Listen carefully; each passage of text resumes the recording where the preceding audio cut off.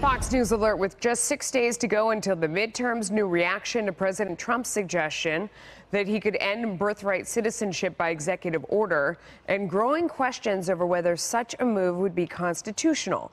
This is Outnumbered, and I'm Melissa Francis. Here today is Town Hall editor and Fox News contributor Katie Pavlich, national security analyst Morgan Ortegas, Fox News contributor Jessica Tarlov, and joining us on the couch today, Fox News senior judicial analyst Judge Andrew Napolitano, and he is outnumbered. And happily so. We have a lot for you today. I think you're the perfect person to have on, so well, thank you. Let's get to it. Excellent.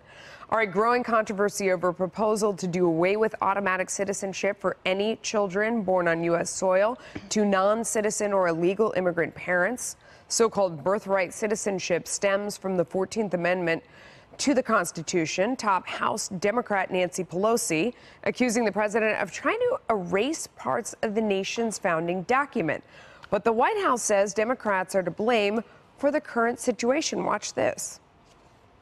The reason we're in this position in the first place is because Democrats have failed to come to the table. They have failed to work with this president and pass legislation that helps protect our country, that helps protect the citizens of America, because they do not want to secure our borders. They do not want to have a law and order country. The reason that we're in this predicament is because Democrats in Congress have failed to do their job, and the president's going to look at any way possible that he can find legally and constitutionally to make sure that we're doing everything we can. However, even some Republicans are not on board with the president. Here is House Speaker Paul Ryan. You cannot end birthright citizenship with an executive order. We didn't like it when Obama tried changing immigration laws via executive action, and obviously as conservatives, we believe in the Constitution. As a conservative, I'm a believer in following the plain text of the Constitution, and I think in this case the 14th Amendment's pretty clear. Republican Senator Lindsey Graham supporting the move, saying he will introduce similar legislation, and constitutional scholar Jonathan Turley on Fox and Friends saying both sides have a strong case to make. This has been a long-standing debate. There's good faith arguments on both sides. The natural reading of this amendment would seem to support unlimited birthright citizenship. But the history, the text, some of the drafters tend to go the other way. And courts view clauses like this as having meaning. They don't just dispense them. You can certainly make a good faith argument that it limits birthright citizenship. So here's the text of the 14th Amendment. All persons born or naturalized in the United States and subject to the jurisdiction thereof are citizens of the United States and of the state wherein they reside. Many, including the president, are focusing on that part. President Trump tweeting so-called birthright citizenship is not covered by the 14th Amendment because of the words subject to the jurisdiction thereof. Many legal scholars agree. Judge, I'm so glad you're here because there is extensive writing on both sides. I mean, this is not coming out of nowhere. This has been a conversation. But I disagree with my dear friend and colleague, Jonathan Turley. This has not been a serious debate other than in academic circles. In fact, the 14th Amendment has been in the Constitution for 150 years. And for 150 years, without exception, it has been consistently interpreted to mean whoever is born here is an American citizen. If you want to put it back on the screen, that phrase, and subject to the jurisdiction thereof, about which the president tweeted, and you just read the tweet. Everybody here, except for foreign diplomats and foreign heads of state, is subject to the jurisdiction of the United States. Illegals can be prosecuted. Illegals can go to court and sue. They are as subject to the jurisdiction as those of us who were born here. So that phrase, and subject to the jurisdiction thereof, was put in there to make sure that someone who is not subject to our jurisdiction, like a foreign diplomat or a foreign head of state, who gives birth here, that person is not an American citizen, that baby. But make the other argument. I mean, when they're saying, what does the other side think subject to the jurisdiction therein means? That because the person is not loyal to the United States and is here for probably a temporary period of time, they do not deem themselves to be subject to the jurisdiction of the United States. But let me tell you why this amendment was written. It was written for two reasons. One was to make a clear and unambiguous constitutional reversal of one of the worst Supreme Court opinions in history. Right. Dred Scott versus Sanford, which said that African Americans are not persons and are not citizens. 2 was to stop the southern states from the beginnings of Jim Crow. The slaves are freed, but we're still not going to treat them as people. We're not going to treat them as citizens. Oh, yeah? Everybody born here is a citizen. So says the Constitution. So that's what makes it so dicey, although it's interesting because Democrats have been on the other side of this. Earlier today, President Trump blasting Democrats for opposing his call to restrict birthright citizenship. The president tweeting, Harry Reid was right in 1993 before he and the Democrats went insane and started with the open borders, which brings massive crime stuff. Here's what then Senator Harry Reid said on the floor of the Senate in 1993. Listen. If making it easy to be an illegal alien isn't enough, how about offering a reward for being an illegal immigrant? No sane country would do that, right? Guess again. If you break our laws by entering this country without permission and give birth to a child, we reward that child with U.S. citizenship. Democrat. There's always a video. There's always a video. There's video. No, there is. There's video of President Obama, Hillary Clinton, Joe Biden talking about we need a wall. Right. I mean, these things exist. It was 1993. I'm sure that Harry Reid does not feel great about the fact that that is circulating at this moment, like he doesn't feel great about nuclear options and all of this. But it doesn't change what Judge Napolitano is saying about what this amendment means and what, you know, in agreement with Paul Ryan, who's saying this is just not something that we do. And what the president is clearly trying to do is to make the last 6 days, 7 days before the midterms, all about illegal immigration. He does not want to talk about anything else, which is shocking to me because he does have strong numbers on the economy. So I don't know why he wouldn't be hammering the GOP tax cuts and saying, I'm going to make you all richer and richer and richer, instead of going on this issue, which Democrats lead on, by the way, by 4 or 5 points, depending on the poll that you look at. I know his base loves it. They lead on who's best to handle immigration. Steve Doocy on Fox and Friends last week had a panel of independent voters who came in to talk about the caravan. And they all said, this is a humanitarian crisis. These people are seeking asylum. They need refuge. They're coming from places that none of us would ever want to be in.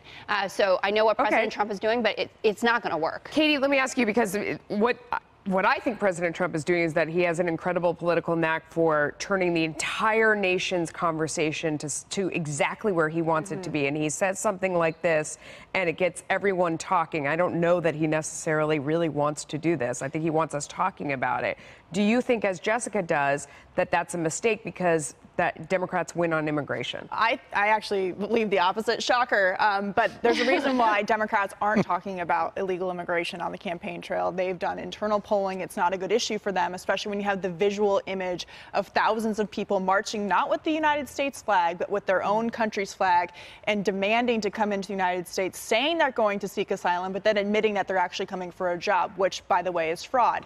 Harry Reid may have changed his opinion from 1993, but it doesn't change the fact that allowing illegal aliens to come here and then give birth, and the fact that their children get citizenship, further complicates the illegal immigration and the legal immigration system in America, due to the fact that now the child is here as a citizen, the parent is here illegally, and it makes it more complicated about, well, are they being rewarded, as Harry Reid said, with citizenship for their child, which means they're likely going to stay. And that then creates a large magnet for illegal immigration in this country. 20% of the births in Arizona are to illegal immigrants. In Texas, it's 25%. And so there are issues like this that certainly complicate this. One final thing, President Trump is very good at putting Congress into a place where they have to do their job. This is their job. They have said it. Chuck Grassley came out yesterday, Paul Ryan. He's very good at putting an issue on the table, controversial, and saying, yeah, you're right. It's not my, it may not be my authority or duty to do this, but it's your turn to finally do something about illegal immigration. I mean, that is a great point, because their response is, no, that's ours to do. And you're like, well, I think he just tricked you. I think he just trolled you and got you to go in there and say, no, I'm the one that's supposed to be fixing this. And then there's a big silence where everybody says, well, Go ahead, then. So speaking of we'll talk a lot about the politics of it, but as it relates to the legality of it and what Congress should do, I'm not a lawyer, Judge, but this is what I was thinking about this morning and talking to some people who are working on this issue and are actually going to be a part of the team that are putting forth this legislation. Clearly, Congress has the power to legislate immigration, but I think the question is, do they have the power to regulate citizenship? And essentially what the team that I was talking to on immigration said, just as the Constitution says only a natural-born person can run for president, we've interpreted that in the cases of Ted Cruz and John McCain, who are not physically born here. We interpreted natural-born to mean being born of the parents. So is it therefore possible from a legal perspective to sort of for Congress to make the same interpretation that illegal parents do not therefore have the same right of their child being mandated? I don't think it is. Does my comparison make sense? I understand what you're saying. Yeah. First of all, the Constitution grants Congress the power over naturalization, not over immigration. Congress has granted itself power in immigration. Another argument for another time.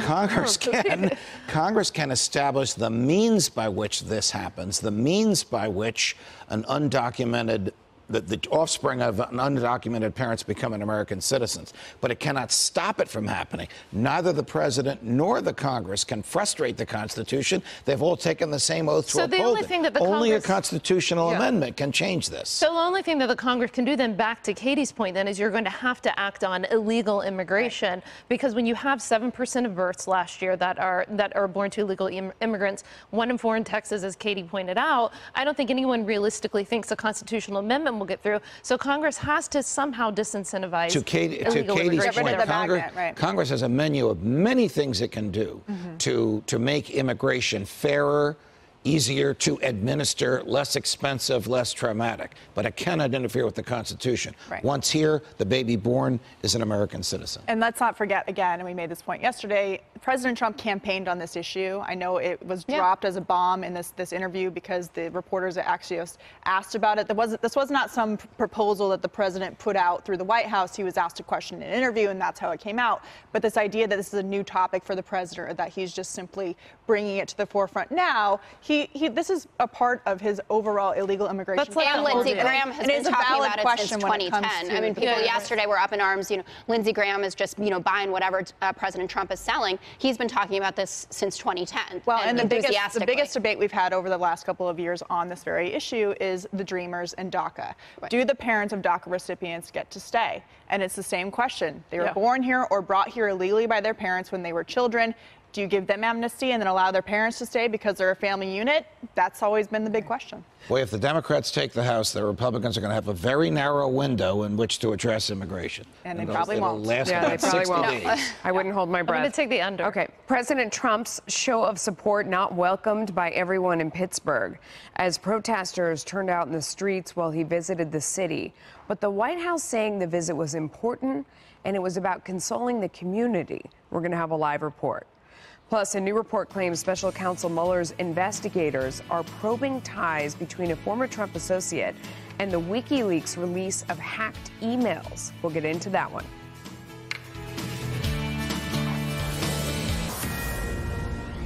More funerals taking place today in Pittsburgh for 3 people killed in the deadliest anti-Semitic attack in U.S. history. Joyce Feinberg, Melvin Wax, and Irving Younger will be laid to rest. It follows funeral services yesterday and also a visit by the president and his family. President Trump, the First Lady, his daughter, and her husband came to Pittsburgh to pay their respects and to comfort a grieving community. The President and First Lady laying stones and roses on memorials outside the Tree of Life Synagogue. The visit sparking protests and some local leaders who said it was just not the right time. Counselor to the President, Kellyanne Conway, saying the visit was not about politics. The president never hesitated. He wanted to be there with the Tree of Life community to express his condolences along with the First Lady, his daughter and son-in-law. This president has shown up in Las Vegas and Parkland, Florida. He's been there for natural disasters that have struck different states and the territories. And so for him, this is more of a natural place for him to be than people give him credit for. David Lee Miller is live from Pittsburgh. David. Katie. President Trump, reflecting this morning on his trip to Pittsburgh, sent out a tweet addressing some of the controversy surrounding his visit. He said, and I quote, "Melania and I were treated very nicely in Pittsburgh. The office of the president was shown great respect on a very sad and solemn day. We were treated so warmly. Small protest was not seen by us, staged far away. The fake news stories were just the opposite, disgraceful." Now, Mr. Trump is referring to the estimated thousands who took to the streets, who called on the president not to visit this city. Some held up signs saying hate isn't welcome. A less vocal group supported the president's visit. This grieving city is also divided. I think the president's visit was very much a distraction. I think it detracts from our ability as a neighborhood to go and mourn. If he didn't come, they would also have something to say. He didn't have the decency to come. During his visit, Mr. Trump, as is Jewish custom, placed stones on a makeshift memorial outside the synagogue. The president also met with the widow of a shooting victim as well as first responders. Now, the alleged shooter, Robert Baier, is scheduled to be in court tomorrow. The prosecution says they will then have the opportunity to present some of the evidence against him. The federal charges amount to 29 different counts, and if he is convicted, it is possible he could face the death penalty. Katie? Right. David Lee, thank you so much. So, Judge Napolitano, this is a complicated situation. Yes. We saw the protesters. Yes. I will note that the rabbi of the shul, Jeffrey Myers, welcomed the president there. You saw him in the footage walking to the memorial. What are your thoughts about what happened yesterday? I think the president did absolutely the right thing in going, whether it was popular or not. I think it is almost the moral duty of the president to embody a mourning nation when a horrific tragedy like this happens, and I think he undertook that duty in a proper and presidential way. However, I think it was quite wrong for the Pittsburgh police to keep the protesters away. The right to express objection to what the government is doing is a fundamental liberty, and if you can't object it so that the target can hear it, then your objection is fruitless. Morgan, you have some thoughts about that point. Yeah, listen, I think we don't know if it was the Pittsburgh police or if it was federal Secret Service that kept them away. In most circumstances, I completely agree with you, but I think that there was probably a very intense security situation that those men and women in law enforcement had to deal with on the ground. I don't know their reasons for doing it, but I think of utmost importance yesterday and every day is grieving with these families, is realizing that Jews still continue around the world, especially in Europe, and even more so to face anti-Semitic acts on a daily basis. We just saw yesterday Iran planning more attacks in Europe. And so we live as Jews in a very perilous time where we have to worry about our safety. We have to worry about wearing religious ornaments, yarmulkes. We're coming up, near the holidays. Hanukkah will be here before you know it. And where we normally, in America, live in peace, we now have to think twice. And I think Jews have been doing that for a long time. And so for me, it's personally less important who got to protest when and where. What's most important is that we grieve and that we stamp out this ugly, ugly strain of anti-Semitism that is trying to rear its head again in America. Jessica, I guess the question is, everybody in America is allowed to protest at any point, but is it appropriate to be protesting in front of a place of worship in a political sense when it is a moment for mourning? The president was there to respect the victims. This group called If Not Now is a very far left-wing group that organized the Democratic Socialists of America, the International Socialist Organizations. It was a very political protest. It wasn't simply just about this one situation. Absolutely. I don't think we're in any position to be regulating how people are grieving and what their attitudes are towards this president and how he has handled anti-Semitism, anti-Semitic attacks, and the charge of being anti-Semitic himself, even though he does have Jewish family, to do that or to say where people should be protesting. It is certainly their First Amendment right, as long as it is not a security risk. Yeah. I think that we should welcome that. And there are very strong opinions here from people who are not out there in the protest sense, but the Tree of Life Synagogue's past rabbi actually spoke out and said that she didn't want the president coming because he's a purveyor of hate speech. And that has been a lot of the conversation. I'm a member of the Reformed Jewish community over the weekend. And yes, I am from New York City, which is not really a big fan base for President Trump, but conversations about that, about the kind of rhetoric and the level of hysteria that has been ratcheted up by this president, who even said after the mail bomber was found, I don't need to tone it down, I could actually tone it up. And his tweet about his visit, which he said went, warmly and well, he even says goes after the fake news media at the end of it. He could take a breather there and let it rest, because there were a lot of families who didn't want to see him. You guys really quickly, so do you think that the president is anti-Semitic? I think that the president has no problem being supported by people who are anti-Semites. I know that he has Jewish family. Can you give an example? Dinesh D'Souza.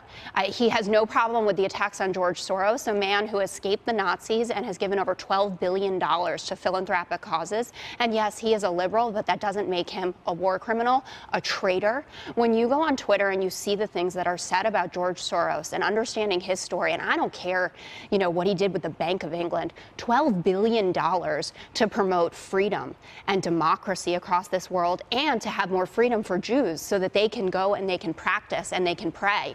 And when I hear from people on the other side saying, the answer is more prayer, that's exactly what these people were doing. A Holocaust survivor. So I think it can be debated what George Soros' goal is with his money, considering that he has funded a number of anti-Israel groups that actually help Gaza and terrorist organizations with their political allies in the United States. So to say that it's all philanthropic, I don't think is quite honest. I do understand saying that, look, you can take it from an anti-Semitic perspective and say because George Soros is Jewish, it's an anti-Semitic attack. Going after a Jew and the stereotype of rich Jews that want to control the world. That George Soros is not allowed to face criticism when he is in the political fight, I think is a little too far. But I want to bring this back to this one issue. Yeah. You went to an interfaith service earlier this week. Yeah. You said that it just feels like the country and the people there are run down with this inability to come together and to move forward on these issues. It just seems like a time where it's very difficult for that to even happen. It really is, and it was. So the message of the rabbi that day as she stood there was, let's all stand up together in unity, Republican and Democrat, Christian, Muslim, Jew, Americans, all stand together and support each other and say that this action was wrong and that we mourn these people who have passed. And that was really therapeutic, and you got a sense from the whole group that it's just exhausting to keep all the fighting. But Jesse's point is that the president does not convey that message. The president continues to divide.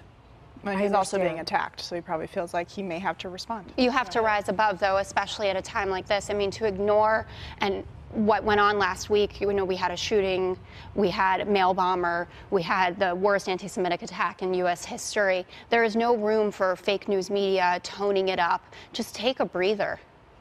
All right. Everybody. Well, the migrant caravan heading north on a trek to the U.S. border, while the Pentagon puts more boots on the ground, saying 5,200 troops are heading to the border, and that number could rise. We'll get into the politics heating up around immigration just days before the midterms. Up next.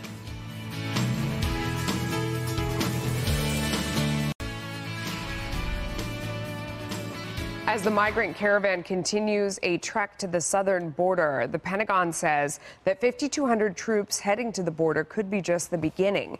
After telling officials earlier it is sending helicopters, cement barriers, and giant spools of razor wire to brace for the campaign.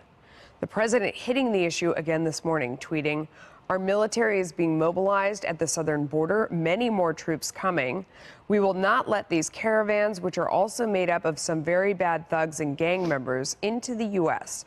Our border is sacred, must come in legally, turn around."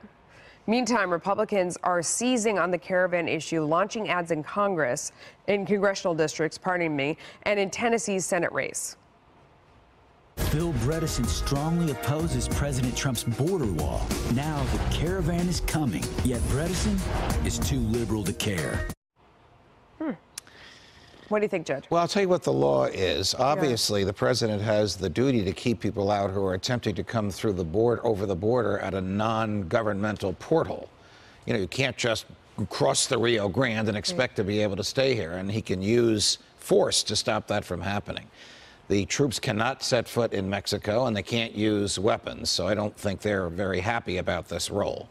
But what happens to the people who legitimately knock on the door at a portal and say, I want to claim asylum? Well, once the tip of their shoe is on American soil and the portal is on American soil, the asylum claim must be taken. Even if all 5,200 members of the caravan show up at the portal, and it would take weeks to get them through the portal, If they make the claim for asylum, they are allowed in, the government will detain them, and within 6 to 8 months, the government will give them a hearing. That's the law that the president hates, but that's the law that he is obliged, because he took an oath to do so, to enforce. Jessica, I wonder if it changes the way people look at the caravan coming, because I always say, you know, we don't know what people are really thinking when they look at these things. Does it change the way they look at it when you hear that there's 2 more right behind it? I think so. I mean, it certainly adds to the argument that the right is trying to make, or certain members of the right, it is by means not the Republican position, I would say, that this is going to be a long-term invasion and that we don't have the means to counter it, which is why we're sending more troops than we have in Iraq to the border now to greet what would be 4,000 people coming in mid-December.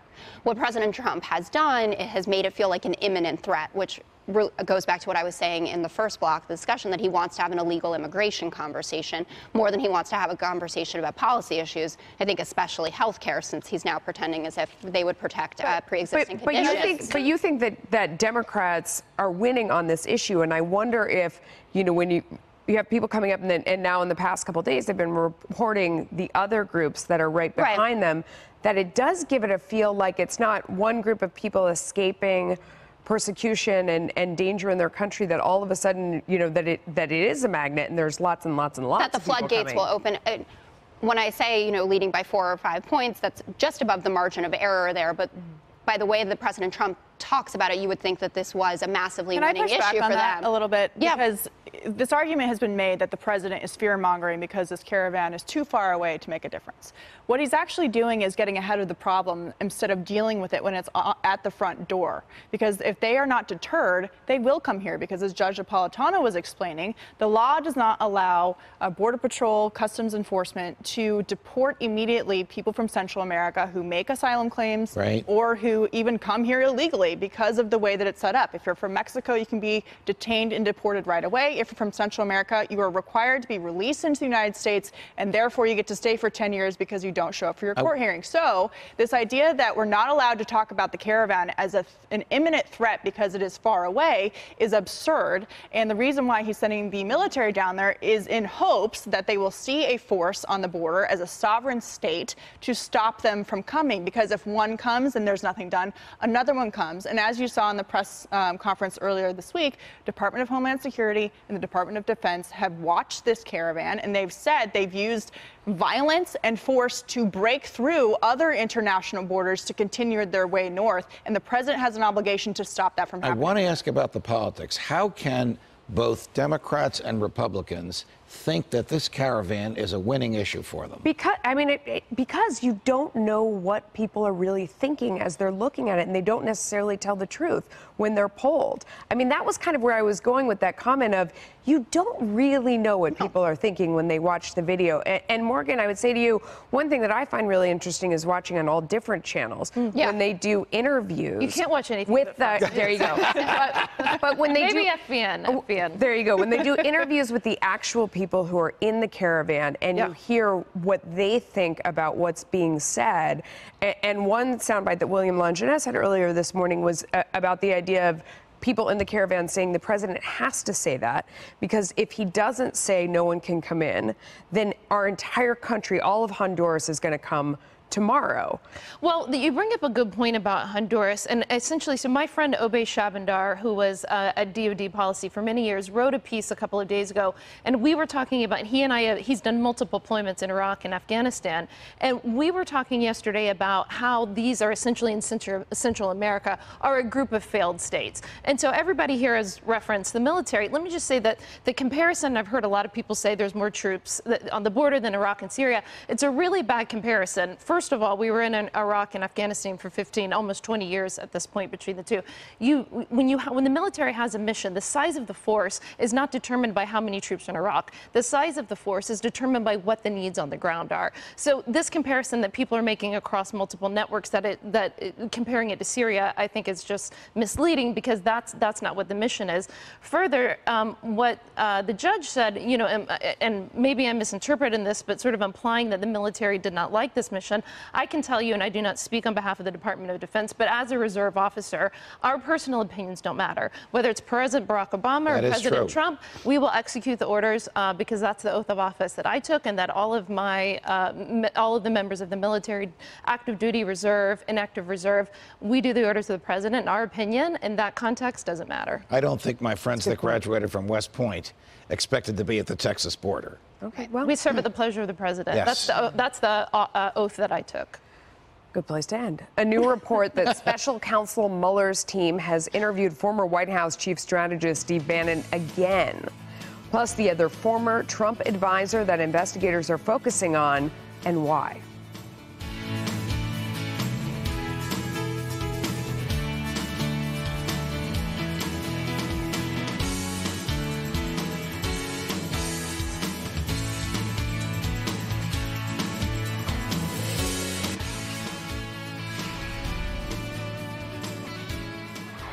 New developments in the Russia investigation. The Washington Post is reporting that special counsel Robert Mueller's team interviewed former White House chief strategist Steve Bannon last Friday. The investigators reportedly focusing on former Trump senior advisor Roger Stone and whether he knew that WikiLeaks founder Julian Assange planned to leak hacked emails from former Clinton campaign chair John Podesta. Those emails were released on the same day as the Access Hollywood tape of then-candidate Trump was released. Sources tell the Post that Mueller is probing whether WikiLeaks coordinated its activities with Stone and with the campaign. Stone telling the Post there is no such communication and denying any prior knowledge of the Podesta emails. So, Jessica, that's pretty interesting. He is, to say the least. As is everything with Roger Stone. I thought for a long time that this investigation would come down to Stone just because he was bragging so much publicly about having this information. So, you know, once again, he's completely denying it. If Robert Mueller has proof, if Robert Mueller has proof, he has proof. Here's what I'm interested in. Do you think if Roger Stone is found to be guilty of this or to have this association, how much does this actually affect the president, given that Stone was fired early on in the campaign process? I think it's up to Bob Mueller how much it does and how many dots that he's connecting beyond Roger Stone. I think that there are a few people linked to the presidential campaign for various amounts of time that we all have acknowledged many times on this couch are just dirty dealers, like a Paul Manafort, like a Roger Stone, Carter Page, you know, the informal advisor to the Kremlin. So I think it will, I mean, it gets Russia back into the conversation. If you notice, we've gone a few weeks, actually, with no Russia talk, which is odd for us. Well, except for the INF treaty. We've gone a few weeks because Mueller is so good at doing his job. Right, no, but no, he has fastidiously complied with the DOJ regulation not to make announcements in the 60 days preceding a national election unless it's necessary to indict somebody from I think who's going to leave the country. a little generous. I well, think it's dropped out of the. But let me take the other side, because I've known Roger Stone for 40 years. I'm sorry. That's all right. Going back to the Nixon and Reagan years. Roger Stone was fired by the campaign a year and a half before these alleged events occurred. Roger Stone has taken and passed 2 lie detector tests administered by former FBI agents. I don't see a case against him. That doesn't mean he won't be indicted. That doesn't mean they won't try to squeeze him. I don't think they'll get to first base if they do try to squeeze him. But that's where it stands. It would almost be a badge of honor for him, I think, in a sense, in some ways. You know, Melissa, one of the things that I think is curious about this, the whole investigation in general, is how much the end goal has moved on this. You know, right? I mean, I think that when in the start of this investigation, that people thought that there was going to be a literal phone call between Trump and Putin organizing this whole thing. And I think, as even Politico has reported, that the expectations are being tamped back pretty dramatically because. At least in what we're seeing so far, there's nothing related to the president at all, at least in the public record. Things could change, but it's not out there yet. Well, we don't know. I mean, I don't think we have any idea where it's gone, what it's going to include, what the conclusion is going to be. And if it's going beyond collusion. It strikes me that we've all made a bunch of assumptions, or some people have made a bunch of assumptions based on what they've read in the media. And, you know, sometimes you see things as a reporter that you know is not the case. And certainly that's what people inside the investigation have said, don't believe what you read in the news. So I mean, just based on curiosity, I would like to see the whole thing come to an end, because it's kind of like reading a book for a really long time or watching a movie for a really long time, and you're like, please tell me how this thing ends. It's been going on too long. Can I ask you a question about the politics of it? Because if this report comes out and maybe they get Roger Stone online to the FBI or get a few things like that, what do you think? He's not been interviewed by the FBI. Sorry, yeah, he hasn't at all been interviewed? Correct. Oh, okay, interesting. So maybe they are zeroing. He said he's willing to cooperate with Mueller, but he will not testify against the president. I'm just looking at the report that we have here. That's what we think so far. I'm just wondering what you think the threshold would be politically for House Democrats, let's just say they take over next week, to take action. Because unless there's some sort of major bombshell coming out from Mueller before the end of the year that no one was expecting, this looks to be like something it'd be very difficult for Democrats to act on. Well, I was giving the judge a hard time about being generous, because the reason I think that we haven't heard about Russia in recent weeks is because if you look at polling and we're up against an election, people don't care about this. They think that the resources are now being wasted. You look at the polling numbers of the approval of Robert Mueller's probe, and although the majority of people think that he should be able to finish, they do think that it may be politically motivated and they want it to end. And Democrats have used this since President Trump got elected as a political talking point against the White House that is not and has not been resonating on the campaign trail, and therefore has dropped out of the narrative. And I'm not sure we'll even see it come back as a result of Democrats potentially winning the House. Who does Mueller's silence help the Republicans or the Democrats? I don't know, but we'll just have to wait and see. There's something else to talk about. On that note, Joe Biden is not holding back, ripping the president on the campaign trail. But why Democrat candidates themselves have very little to say about the president in this midterm cycle. We'll debate their strategy next. I think we all know in our gut there's something different about this election. For real. We're in the battle for the soul of America now.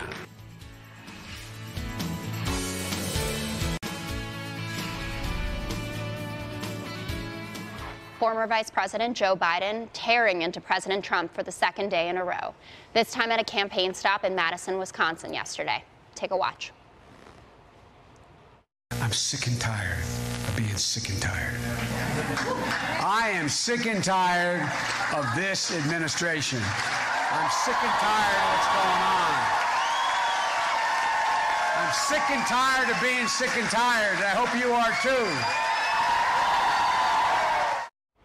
Former President Obama also on the campaign trail in recent weeks, heaping criticism on Republicans and the president. Meantime, a new report found that Trump came up in just 10% of political ads from mid-September to mid-October, and only about half of them are negative.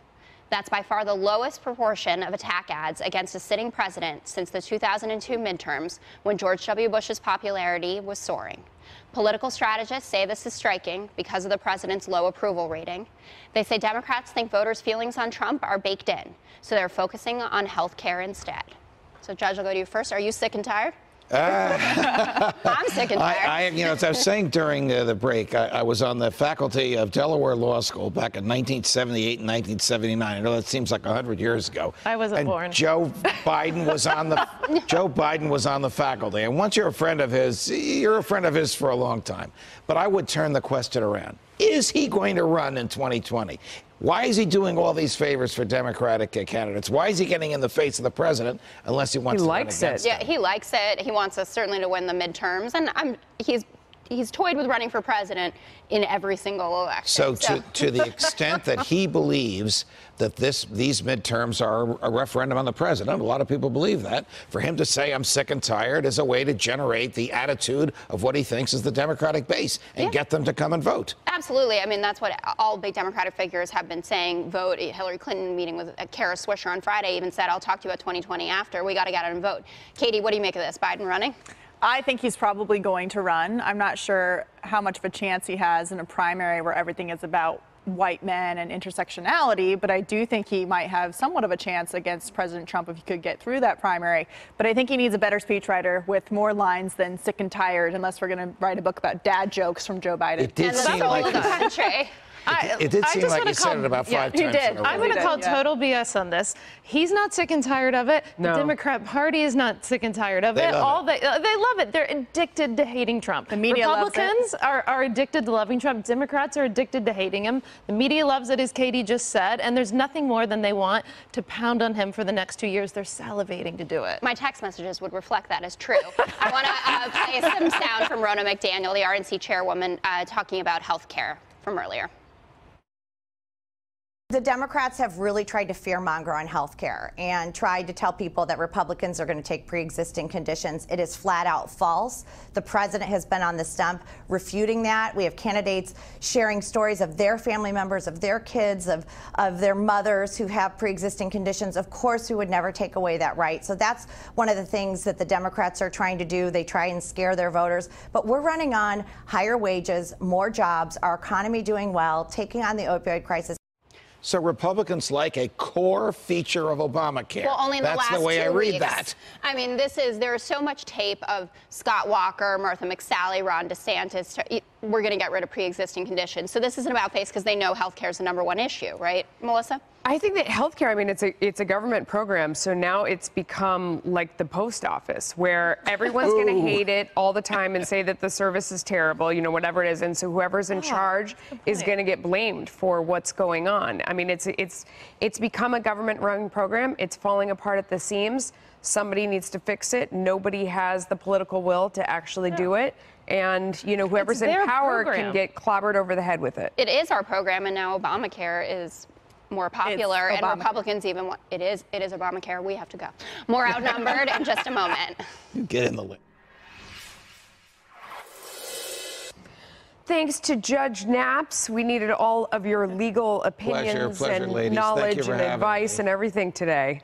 Did we sort it all out? We still have a lot of work to do. I think we touched on all sides of all the issues, and I'm deeply grateful to have been a part of that. Thank you very much. Sweet of you. Next time wear orange on Halloween, though. I forgot. We have no orange on the couch. We've got our color wheel going. There was no orange. I know. Well, I wore it on Maria's show this morning. Your glasses are orange. You made up for it. They're reddish, all right, but I'm going with it. There we go. We'll see you back here tomorrow. Here's Harris.